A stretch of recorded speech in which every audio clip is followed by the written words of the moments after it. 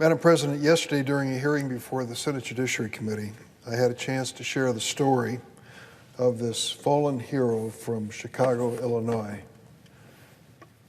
Her name is Ella French. Officer French joined the Chicago Police Department in 2018. A true public servant, she was always eager to help. She loved people, loved her family, and loved animals, particularly stray dogs. She would often pick them up in her squad car and ferry them to safety at the end of the day. Last year, tragically, Officer French was shot down during a traffic stop. She was 29 years old. Her partner, Carlos Yanez Jr., was seriously wounded. And the gun that was used to shoot both of them had been straw purchased in Indiana, a state adjoining Illinois. A straw purchase takes place when someone without a criminal record who can pass a background check buys a gun for someone who cannot. In this case, the purchaser was turning the gun over to a convicted felon who used the gun to kill Ella and seriously wound her partner.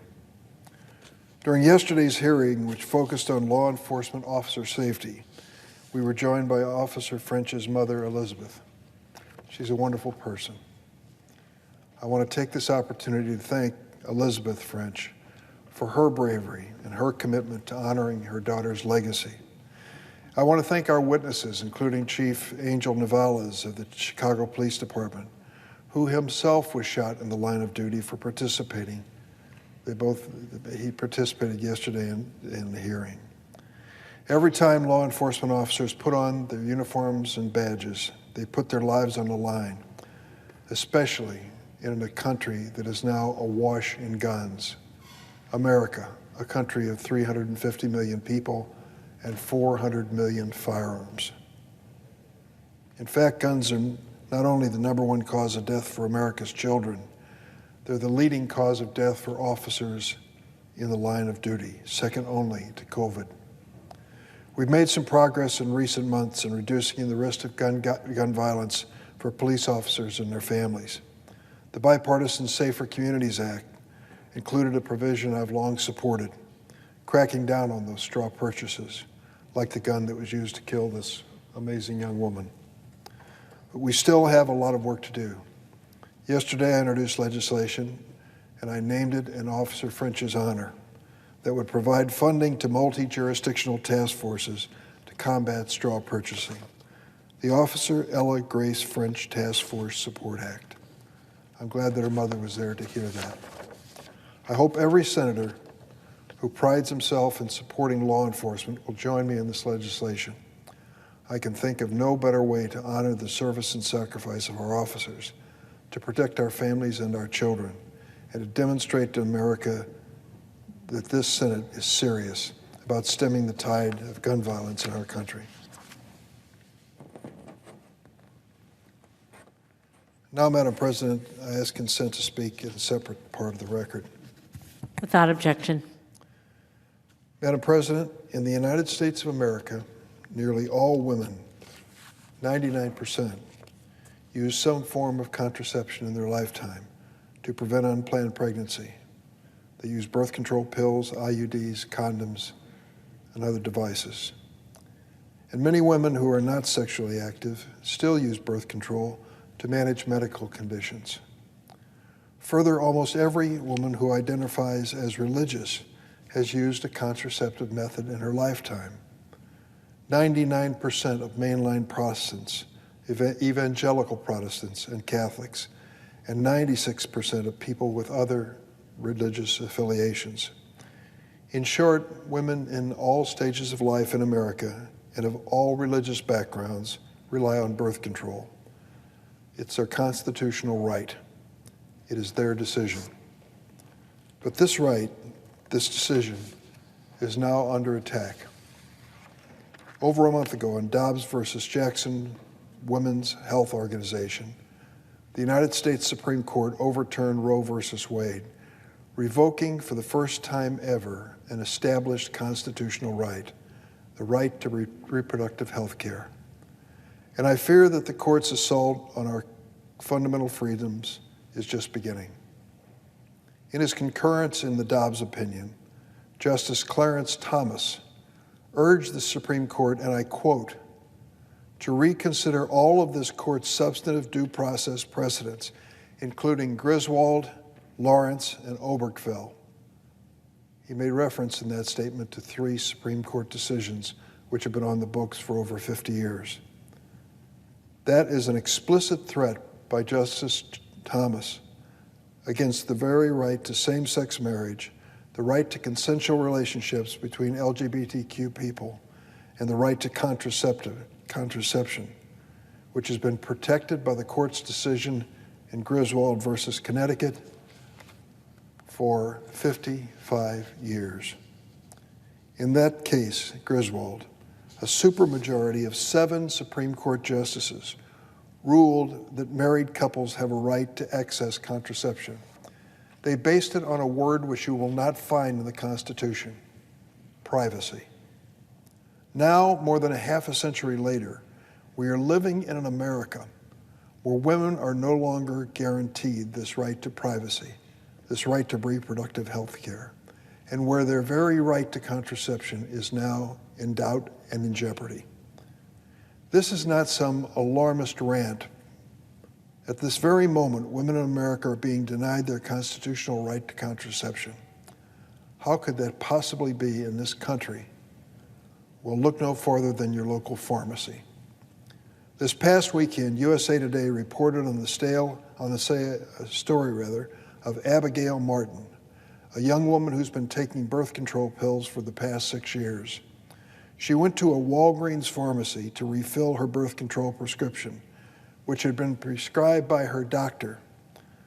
She was turned away by a pharmacist at Walgreens. It took 4 days before she was finally able to access her medication by going to a different pharmacist. That is a dangerous delay in healthcare. Apparently, Walgreens allows its pharmacists to refuse to fill a prescription for which they have, quote, a religious or moral conviction, and to refer the customer to another employee or manager on duty who can complete the transaction. Since Abigail's story went viral, other Walgreens customers have come forward to say that cashiers refused to ring up their condoms because they announced it violated their faith. A pharmacist should not be able to unilaterally decide that their personal moral or religious beliefs can delay or interfere with the medical needs of a patient standing at the cash register buying a legal medication. Which is why this week I sent a letter to the CEO of Walgreens, an Illinois corporation, for an explanation of their policy. If Walgreens is going to allow its individual employees to dictate what legal medical products customers can purchase, then the company should make this policy known to the public.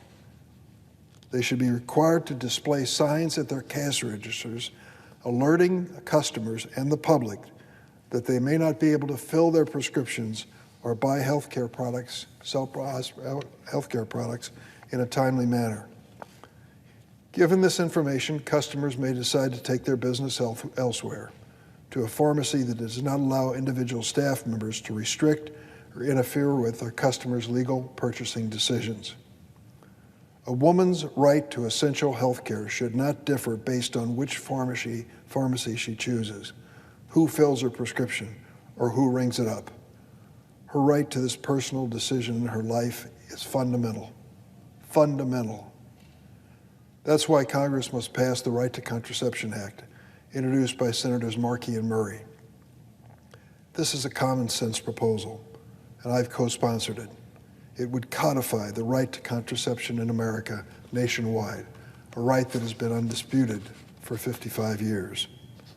We need this legislation because now women in America are living with the consequences of 6 unelected judges erasing the constitutional right to reproductive health care, and that pharmacies like Walgreens are allowing their employees to dictate what health care products consumers are able to purchase. Walgreens says they want to be respectful of the moral judgment of their employees and staff. Should they not also be respectful of their customers? Politicians and pharmacists have no business standing between a woman and health care. If protecting this right sounds like common sense to you, then join us in supporting the Right to Contraception Act.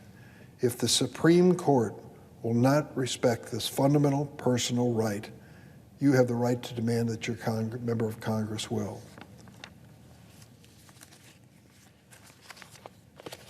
Madam President, I ask that my next statement be placed in a separate part of the record.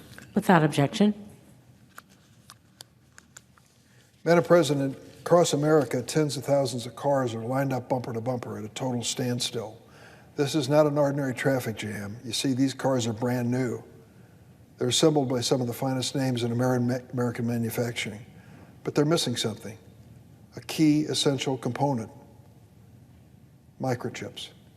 If you're in the market for a new car or even a fridge or a smartphone, there's a good chance you felt the semiconductor shortage. These tiny pieces of silicon power nearly everything around us. But with the coronavirus epidemic, supply chains have been snarled and foreign factories have shut down, which has led to a global shortage of microchips. This has had a devastating impact on American consumers, businesses, and workers. Over the past 2 years, the price of a new car has skyrocketed by 20%, 40% for used cars. We've seen the repercussions of this shortage firsthand in my home state of Illinois, which is one of the leaders in the auto industry. Companies like Stellantis, which runs an assembly plant in Belvidere, have been forced to shut down production several times this year because of these shortages. Today, the Senate did something remarkable. We passed a bill, a bipartisan bill. How about that? And it's important. We came to the rescue of job creators like Stellantis and the rescue of American consumers. We're voting on this legislation to invest billions of dollars into making microchips right here in America. This bill is critical for the future of our economy. It's even critical for our national security. And we need it desperately for more scientific breakthroughs. But in the near term, the CHIPS Act is imperative for shoring up our nation's supply chain and strengthening our defense system. Why? Because microchips are essential, not just for cars and refrigerators and smartphones, but for guided missile systems and fighter jets. Right now, America has to rely on foreign suppliers, like China, to supply the chips that power the next generation of defense in America. That wasn't always the case. In 1990, America produced almost 40% of the world's supply of microchips. Today, make that 12%. Somewhere along the way, we settled for outsourcing semiconductor production to Asia. That is just unacceptable, and it's unsustainable. Imagine our turning to the Chinese Communist Party to determine whether or not we can buy the microchips that fuel our economy and protect our nation. That's a dangerous scenario. I've heard a few colleagues voice concern about the subsidies in this bill, but let's be clear. This is no reckless corporate giveaway. The CHIPS Act will bring American factories back to life, creating good jobs in our country.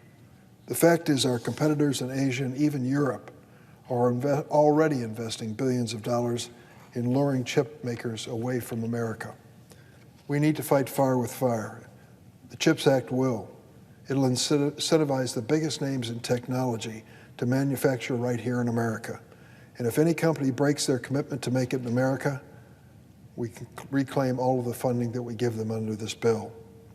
But beyond this economic and national security imperative, the CHIPS Act is important for another reason, one that really strikes at the heart of America: pioneering innovation. The CHIPS Act includes historic funding authorization for groundbreaking scientific research at the National Science Foundation and the Department of Energy's Office of Science. This has been a particularly important issue to me personally as a member of the Senate for many years. It was 7 or 8 years ago when I decided to try to push for increasing medical research funds at the federal level. I concentrated on the National Institutes of Health, and Senator Roy Blunt of Missouri, who was just on the floor before me, joined me in a bipartisan effort with Patty Murray in an effort to make this bipartisan and effective. It worked. We dramatically increased the investment in the NIH, but I knew that wasn't enough. We needed the Department of Energy's Office of Science as well as the National Science Foundation to to have the same increase in funding. Today, with the passage of the CHIPS and Science Bill, we're finally moving in that direction. We know how important scientific research is. We've learned it over and over. For instance, finding that vaccine for COVID-19 in record-breaking time was a result of investing in science and medical research years and years before. We also know that we've launched some things which are going to change the world. The James Webb Space Telescope is one of those things. The deepest and sharpest photos of our universe are finally coming home to the United States and the rest of the world. What is NASA doing with this trove of data being collected by this telescope now? Well, since NASA is funded by taxpayers, they're sharing it with researchers throughout the country. One professor at the University of Chicago, Jacob Bean, says he's planning on using this data to learn more about exoplanets orbiting faraway stars, whatever the possibilities may be that they can host a life. This one image of our universe has unleashed a flood of new ideas and just countless questions for researchers around the world. It shows how funding in scientific research can really change the place we live in. When we support scientists and researchers, we're paving the way for new discoveries. NASA was critical for developing so many products. Imagine, if you will, that they had a lot to do with developing athletic shoes, CAT scans, smartphone cameras. These staples of American life and more were unintended discoveries pioneered in NASA's labs. With the CHIPS Act, we can kickstart a new generation of discovery. And I'm happy to say that in Illinois, in the Chicagoland area, we have two of the best research operations in our country, the Argonne Lab and Fermilab. With this funding, these facilities will break new ground in researching emerging technology like AI and quantum computing. In fact, Argonne and Fermilab are already partnered together with the University of Chicago to launch the most advanced quantum network in the world. They're planning to expand it to other parts of the country, bringing more research into this cutting-edge research technology. And much like space exploration 50 years ago, quantum computing is the new frontier in science. We've only begun to explore techniques like teleporting qubits, which may sound like a line from Star Trek, but it has profound implications. Quantum computing could revolutionize the way we design electric batteries for cars, even solar technology, to maximize energy efficiency. These are the possibilities that lie before us. The passage of the CHIPS and Science Act today on the floor of the United States Senate is a vindication of our commitment to this nation's future and an investment that generations will thank us for. Madam President, I yield the floor.